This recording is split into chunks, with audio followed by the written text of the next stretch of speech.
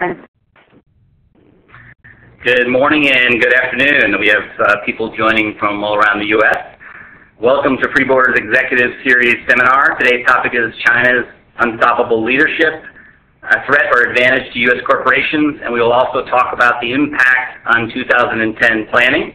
My name is Mike Keating, and I am an Executive Vice President with Freeboarders, responsible for about a third of our business and Freeboarders Value Engineering Institute. It is my pleasure to be your host today. I am joined by two industry experts whom I will introduce in a moment. One is the author of Source Code China, and another is an executive from LendingTree. The agenda today, the session will last about 45 to 50 minutes, with a few minutes up front on introductions of our speakers, and then we will go through global trends for about 20 minutes, and then we'll hear from LendingTree, a case study from LendingTree, and then I will talk a little bit about impact on 2010 planning. We'll leave about 10 minutes at the end of the session for Q&A. Interestingly, we saw some of the participants who have joined, and it's a interesting cross-section of U.S. corporations, multinational corporations, for example, Citibank, FedEx, UBS, Rosetta Stone, McGraw-Hill, Bank of America, Hewlett-Packard, Thomson Reuters, JP Morgan, and a variety of roles within those corporations as well. We actually have several CEOs, some senior IT people, some VPs, and some CIOs that have joined. So this topic appears to be important to a variety of companies and at a variety of levels within those organizations. It is my pleasure to introduce our first guest speaker, Cyril Elchinger. Cyril is one of the world's foremost experts on IT outsourcing in China. Cyril founded a company called IT United about 12, 13 years ago that he transformed from a small startup to a leading China IT outsourcing firm that was acquired in 2007 by SoftTech. And Cyril, for the next 2 years, was the CEO of SoftTech China. Today he acts as an advisor for a number of governing bodies in China, including the Ministry of Science, the Gerson Lehrman Group, and does consulting as well on the side. He is the author of Source Code China, titled The New Global Hub of IT Outsourcing. He resides in Beijing, China for the past 15 years, and with his wife Maureen and newborn child as of September, Jacqueline. He's also, not on his bio here, he's a quintessential adventurer.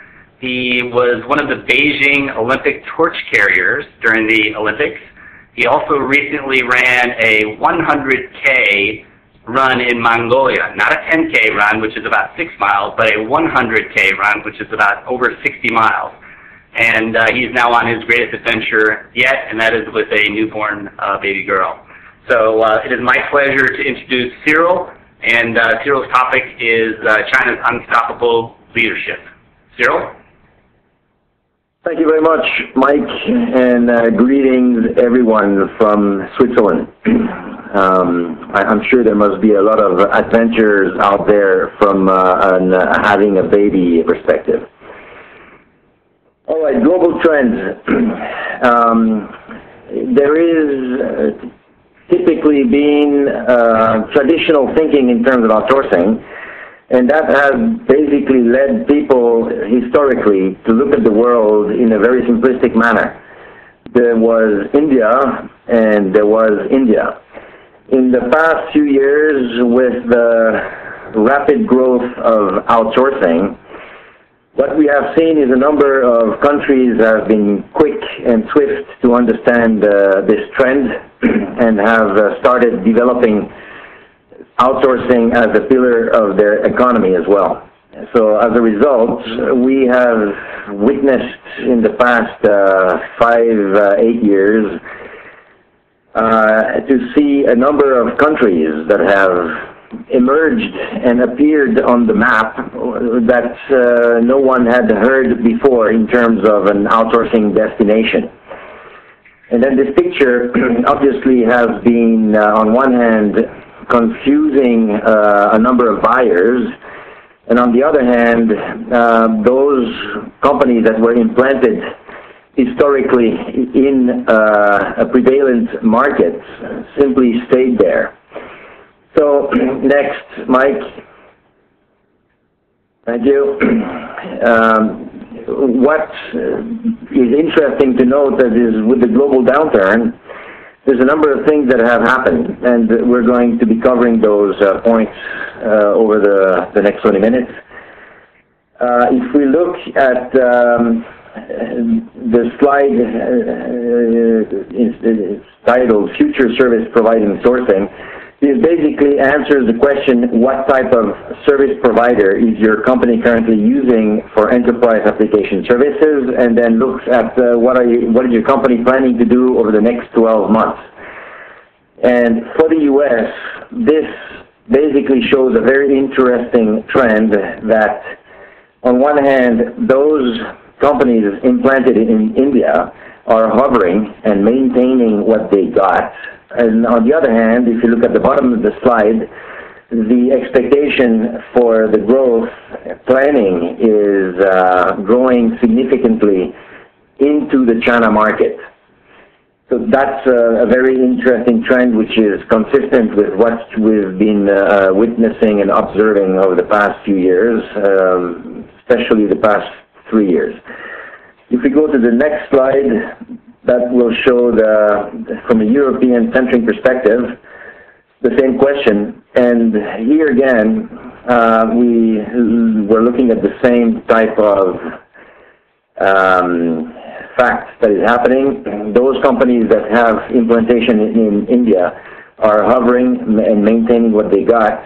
And meanwhile, from next 12 months, which goes into 2009 now, there again, there is a major expansion planned and currently taking place into the China market. Next.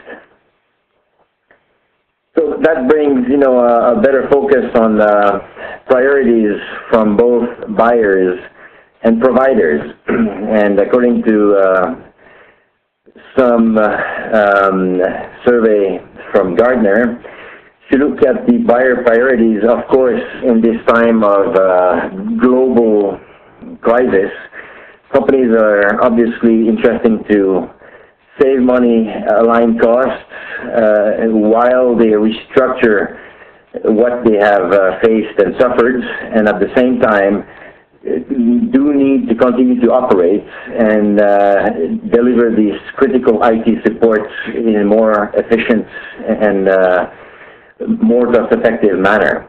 On the other hand, the providers, they'd like to stay in business. They also would like to improve their competitiveness, and that's bringing innovation into the spotlight. Next. From a world investment prospect, FDI, foreign direct investment, China continues to be at the top of the chart for everyone in terms of foreign direct investment, and you can expect this to continue for the next few years. As to leading factors influencing a company to select a location, size of the local market also continues to be at the top of the chart in terms of what drives the decision-making process. Growth of the market as well. And last is a stable and business-friendly environment. On the most important location criteria, back one, again, for the manufacturing sector and service sector, size of the local market is the prevalent driver. Next. So when looking at the successful engagement from an outsourcing transaction perspective, top 10 barriers or top 10 success factors, one quickly draws the conclusion that from what you observe, 9 out of 10 factors are people related. So it's only fair that buyers of services and executive decision makers are very careful to pick where they are going to buy such services.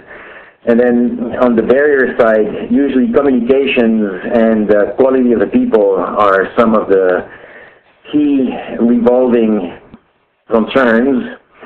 And on the top 10 success factors, making sure that the acceptance from within the company will start from the beginning is also ensuring success for most projects. Next. The BRICS, everyone is familiar with the BRICS. Country before company is a motto introduced by Gartner, which basically advocates that before choosing where to locate one's strategic company outsourcing, a company first should decide where it wants to expand in the long run and where it's got strategic expansion for their core business. Once that core business focus has been determined, that motto basically advocates that it's best to also expand the outsourcing services into such market. Next. So that brings us to the China market. Here a short snapshot of almost the same angle for a city like Shenzhen, which is located in the southern part of China, right across the border from Hong Kong. And there has really been a massive transformation in most cities, first and second tier cities of the China market over the past 15, 20 years. Next. And that brings the stand today that helps people think that after India, China is emerging as a sourcing destination of greatest interest, as Gartner is advocating. But we're going to see why in a few slides, please. Next. Right. The country comparison is best showing that the U.S. and China share the same size. Most people don't realize that the literacy in China is very high, and the government focus on English development has been severe and very harsh, which has helped the country to develop a lot in doing business with English language. Next. Thank you.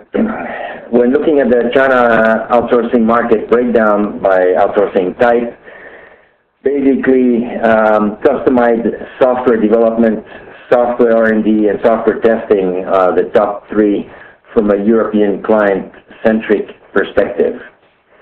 Next. From a Gartner perspective, the top three sectors from an IT outsourcing spending by industry are communication, FSI, and discrete manufacturing.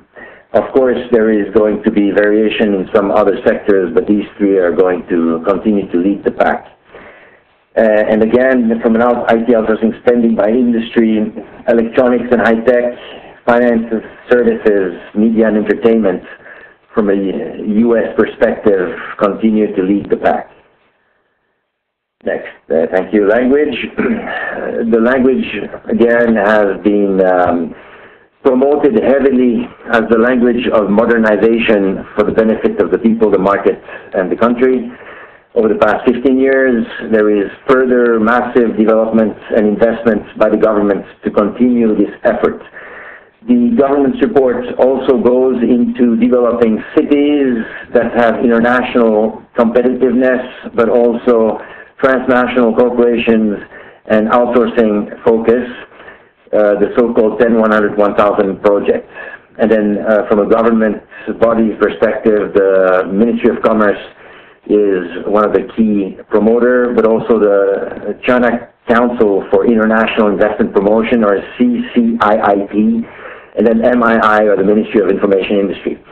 Labor costs, obviously, is extremely appealing, and there is a rapidly growing number of software graduates, which we will see in a few minutes. Next. The infrastructure that China provides is one of the main and critical differentiator, I think, for anyone to consider the market as an outsourcing center. The market provides for a world-class infrastructure environment all around, and that infrastructure in other markets isn't in existence. Companies have to invent that infrastructure. In China, the infrastructure is key, I think, for also helping to understand how fast and how successful it's grown and reached the current status. Cost is a major differentiator as well. We will look in more detail at the cost side with a dedicated slide. The education, we see the China market graduates some of the brightest minds in Asia and the world.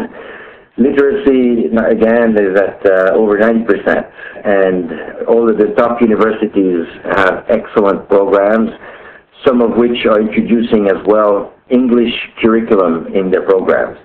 And then as for the political and economic environment, it's very stable and stable to be. The outlook for 2020 looks very positive with continued economic growth. Next. All right.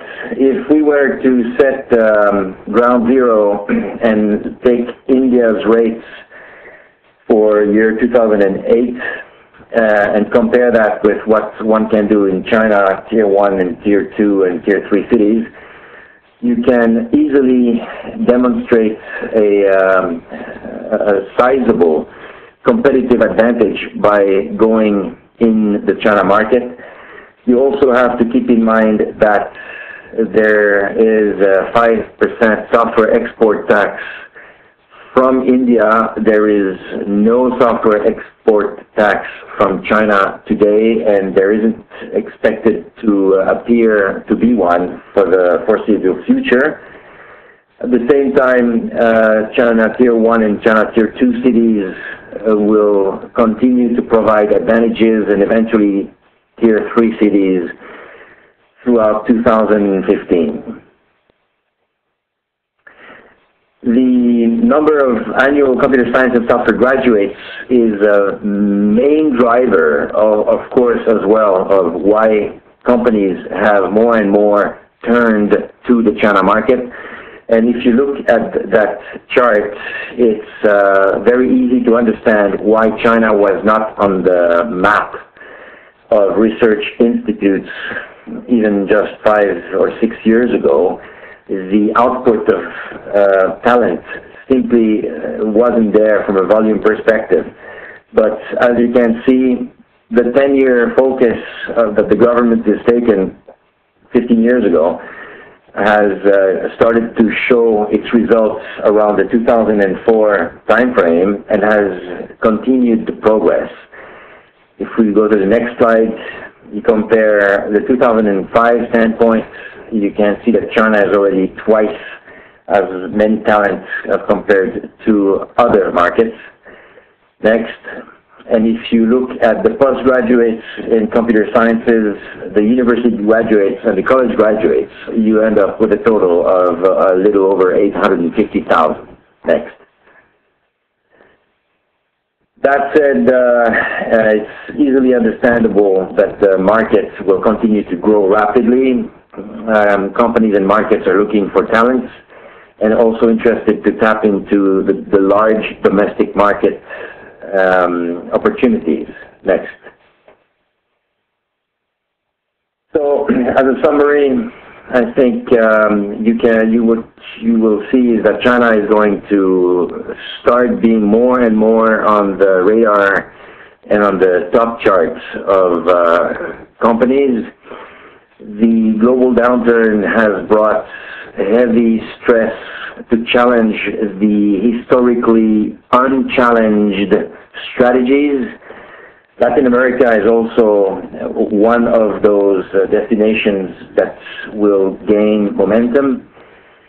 The three keys to China's emerging dominance are government support and ability to encourage the promotion of this industry, investment into the sector, and also the large amount of talents that the market has to offer. From a coming leadership, you can expect to see more and more cities based in China to become among the top as a preferred destination for outsourcing globally. Expectation 3 out of top 5 by 2011 in China, Shanghai, Beijing, Dalian, and number 2 in the world according to A.T. Kearney's scorecard from a financial attractiveness, people and skills availability, business environment. It's interesting to note that GE, which historically is always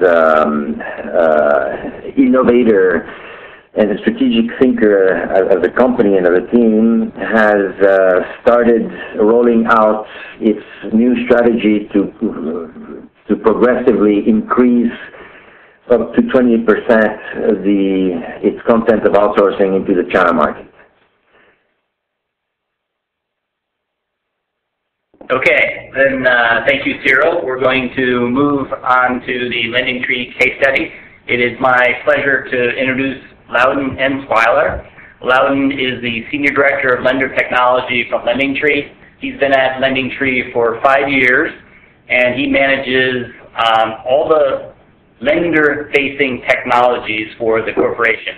He is experienced in both financial services industry and the healthcare industry. And interestingly, working on this project and with Freeboard, this is his first experience with offshore. Loudon? Okay, thank you, Mike. Good afternoon to the folks on the phone. So I'm going to tell you a brief story about our experience with LendingTree, with Freeboarders, and the product that we've developed with them that we call the product Canopy. The agenda for my slides, just a few slides. I'm going to tell you a little bit about LendingTree. I'm going to talk about the product that we worked with Freeboarders to build. I'm going to explain to you why we chose Freeboarders, what we've learned from working with Freeboarders, and provide a little bit of insight into where we're going from here. So LendingTree is the nation's online lending exchange and personal finance resource. We provide a marketplace for borrowers to connect with lenders that will compete for their business. Since inception, as the slide says, we've facilitated over 25 million loan requests, and that has resulted in over $185 billion in closed loans. We're a subsidiary of Tree.com, which is listed on NASDAQ under the ticker symbol TREE. So our relationship with Freeboarders began with the relaunch of our lender technology portal, and that is a business-to-business portal that we have provided to lenders really since the duration of our business to help them do business with us. We launched that portal around 2000. We rebranded the UI in 2004, and then in 2008, last year, for a variety of reasons, we made a decision to essentially rebuild that system from the ground up. Some of the key reasons behind the decision to rebuild from the ground up, the current system, really over those 8 years, we had deployed various patches and new pieces of functionality in the system in such a way that the system became really a group of loosely connected verticals. It was a disjointed user experience. The system really did not have sufficient reporting and analytics to enable either LendingTree users or our external lender partners to get the visibility into their business with LendingTree that they needed. And also over those 8 years, a lot had changed in the technology market, and the infrastructure that our legacy portal was on was just old, and it was better to start from the ground up than to try to do anything with what we had. So the product that we built is called Canopy, and we took a new direction with this, in that it was meant to be an analytically based system. And to sum that up, we wanted it to be a gateway to intelligent decisions. We needed to provide a platform that our internal staff and our external lender partners could use to look at the same data in the same way, to answer questions in a consistent manner. the roadmap for the product, and all of this is information that we shared with Free Borders at the outset of this project, and I'll emphasize that more again later, but part of our success with Free Borders is that we communicated very clearly around what we wanted and set clear expectations for what we needed. So all of this information about what this system is and what I'm going to speak to on this slide, this was all a part of the outset of the relationship with Free Borders. So the roadmap for the product, and as we communicated to Free Borders, is we wanted Canopy to be our next generation operational platform. We wanted it to be analytically focused, as I said. That means that the system needed to provide answers to questions that business users ask every day about the operations between LendingTree and consumers. And finally, our goal was to migrate all of the functions from our legacy portal into this new portal. That is an ongoing effort that we are continuing to do with Free Borders. To help illustrate where Canopy fits into the LendingTree process, the graphic on the right of the slide is showing that essentially the way a consumer and a lender experiences LendingTree is that the consumers come to LendingTree and they submit some data about their financial profile to help lenders understand what type of loan they want. And we call that request a qualification form. When the form is submitted, we select lenders that will compete for their business based on criteria lenders have submitted to LendingTree about the types of consumers that they want to compete for. When that selection occurs, loan offers are presented to consumers, and then the consumers are matched to those lenders, and the lenders work with those consumers through the loan process until the consumer chooses one of those and a loan is closed. Canopy fits into this process in the light green shaded area of the 4 steps that are between offers being presented to the consumer and the consumer closing a loan. So the product that we are building had significant meaning to LendingTree and to the lenders on our network. And this project and the product itself had to be successful in order for LendingTree to be successful. So we were, and I'm emphasizing this because we were putting a very important project that had a lot of impact to our business in front of Free Borders. So, why did we choose Free Borders? Well, it's interesting. We went through a lot of the barriers, or worked through a lot of the barriers that Cyril referenced on an earlier slide. And our biggest concern, which is really emphasized in the last vertical here about why Free Borders, we needed to find some folks that had a proven track record. We didn't want to go into something without having some prior knowledge that the folks that we were going to work with were going to be able to deliver a quality product according to our guidelines. And we had some sister companies at the time that had done a lot of business with Free Borders that had been very successful. So we did some due diligence through those companies. The previous 2 verticals on the slide talk about why offshore and why China. Well, we got comfortable with offshoring because we really gained a sense of appreciation for how, by leveraging external resources, it kept our internal resources, and especially our internal business owners, focused on some of the core things that we needed to do to keep the business running and to continue to incept new strategies. And while we were doing that, our offshore resources were able to focus on building the tools that we needed to continue to move LendingTree forward. Obviously, we were very sensitive to costs. Our internal software development capacity, Q, like most companies, is constricted mostly because of cost. And the offshoring model provided a very cost-effective solution. In China specifically, it became clear that, as all the slides that Cyril was showing about China, we're a testament to that. The workforce that we've interacted with in China is highly skilled. They're very technical, very senior folks. They know what they're doing. The English has been very good. We've had no problems communicating either through conference calls or email. And of course, the technology infrastructure of China is second only to the U.S.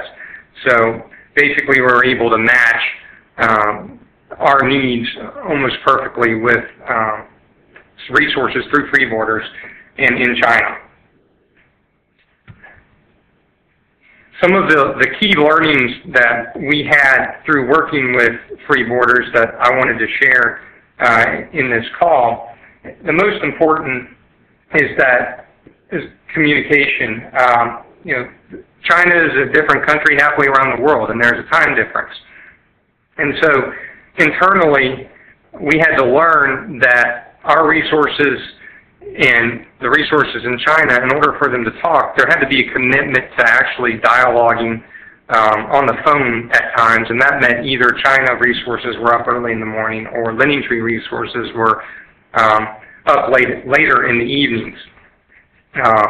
Our employees, for the most part, had no problems with that. We could do these calls from home. We could do them with software such as we're using for this webinar. But my point is that you have to understand that it's not as simple as simply sending an email to somebody and saying, I need these 3 things done. You have to be able to get on the phone, explain to them what you want. You have to be able to provide documentation. You have to do that for any project. So we didn't do anything different in terms of working with resources. It's just that the resources were in a different country, and we had to balance the time difference.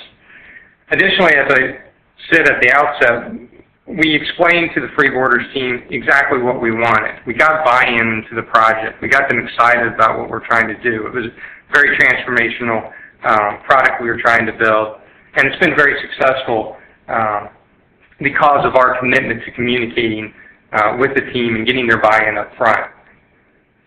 In terms of training and knowledge transfer, to speak to that bullet for a second, LendingTree is a unique business and operates in a unique space. So in terms of communicating with the team, it wasn't just about the project that we were trying to deliver. We were also communicating what is the business, what is the purpose of the business, what are the goals of the business, how does LendingTree operate, what is the niche we fill in.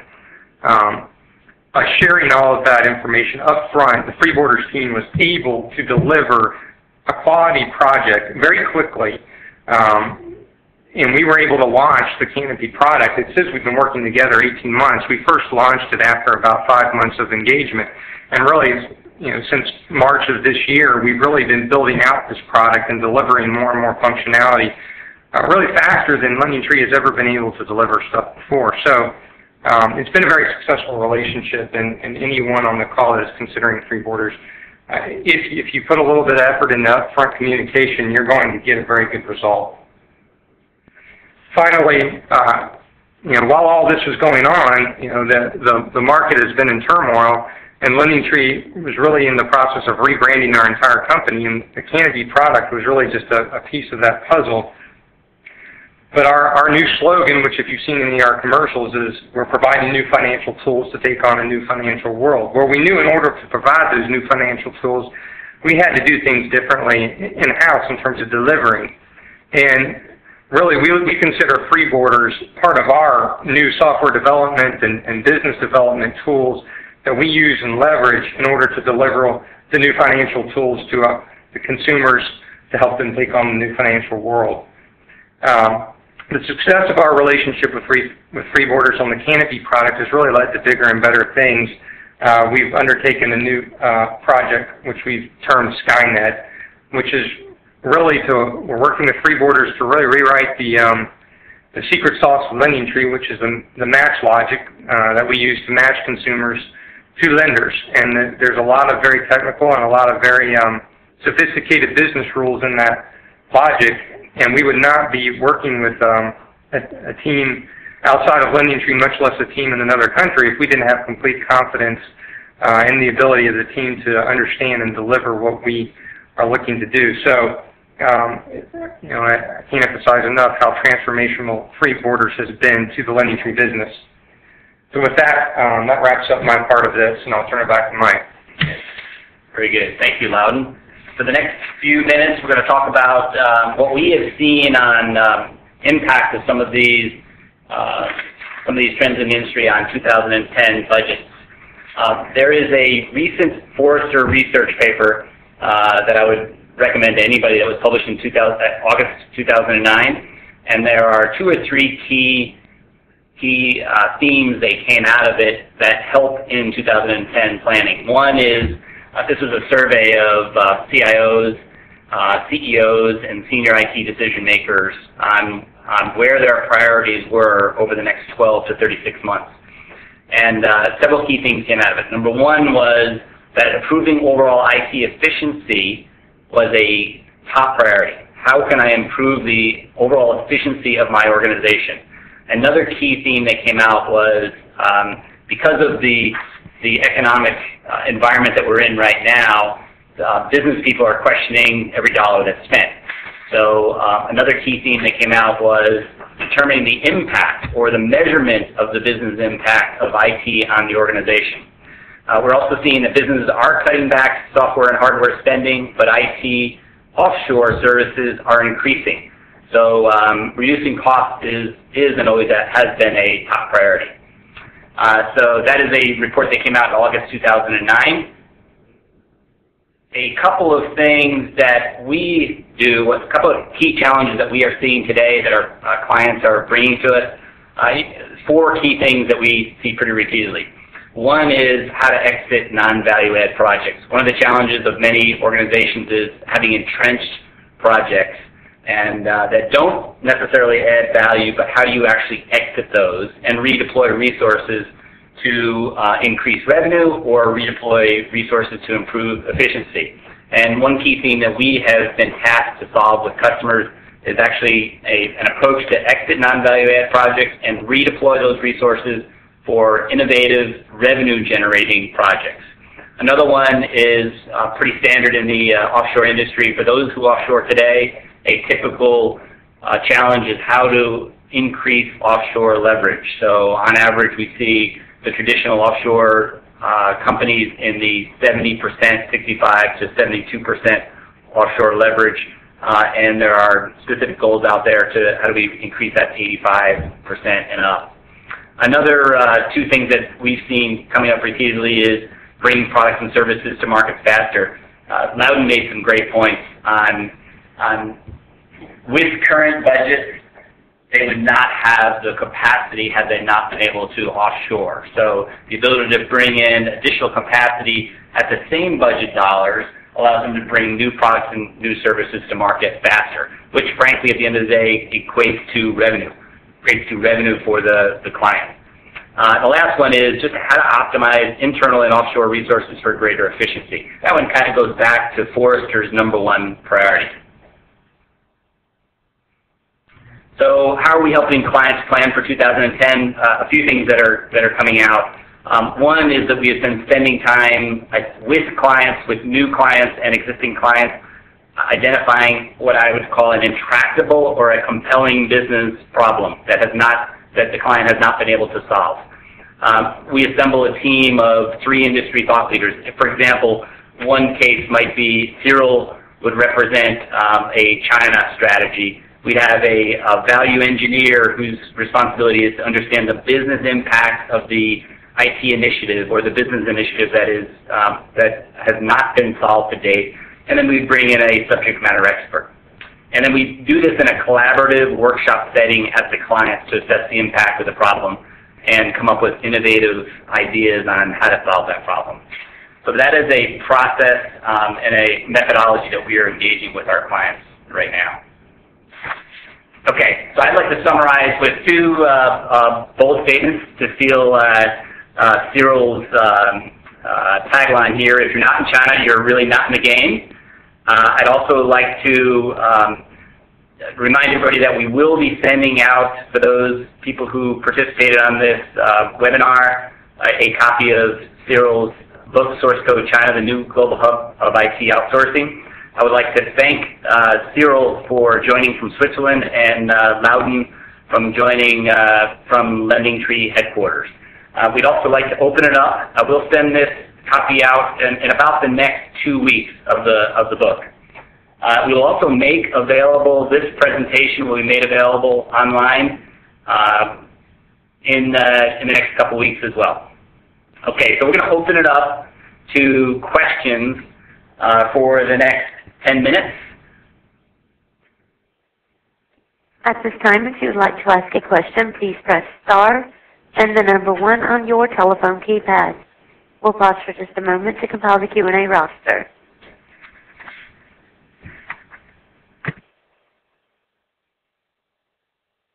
And once again, if you would like to ask a question, please press star, then the #1 on your telephone keypad.